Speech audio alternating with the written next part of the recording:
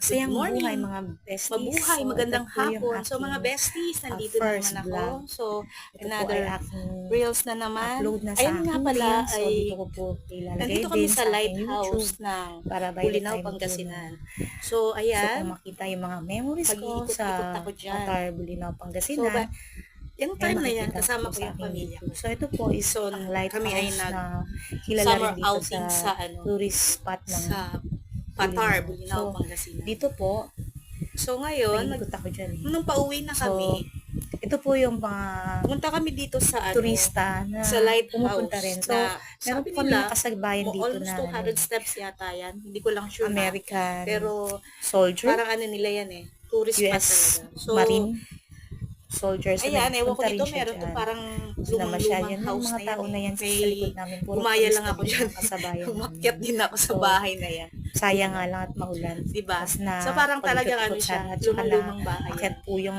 Inikot-ikot ko lang 200 dyan yung ano ko, steps yata sarili yan ko. pataas or So, hindi ko po sure then ha, sa likod pero ng ano na yan, sana lighthouse kasi na yan, napakataas daw. may maganda ring spot. Kaya Minamadali din lang, po kasi namin yung yan o, pagpunta sa namin likod dyan ko, kasi maraming mga maulan siguro ano by yan, the nagtuturist by din.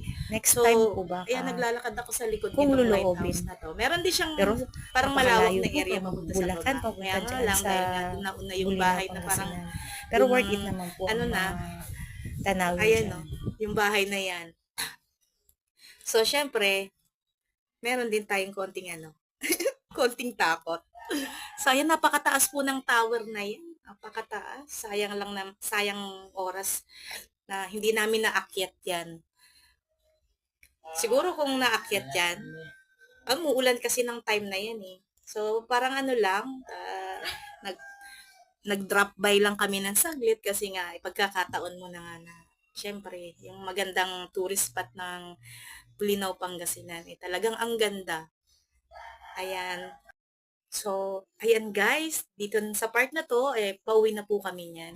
So, buti nga tumila ang ulan kasi nung pagpunta namin, ano eh, pagkuha namin ng ticket yan, may 40 kasi yan na entrance. So, ayun, talagang inano namin yung ulan na tumila. So, ayun, in-enjoy namin. Itong part na to, pauwi na kami dito eh. So, yun lamang guys. Salamat sa panonood.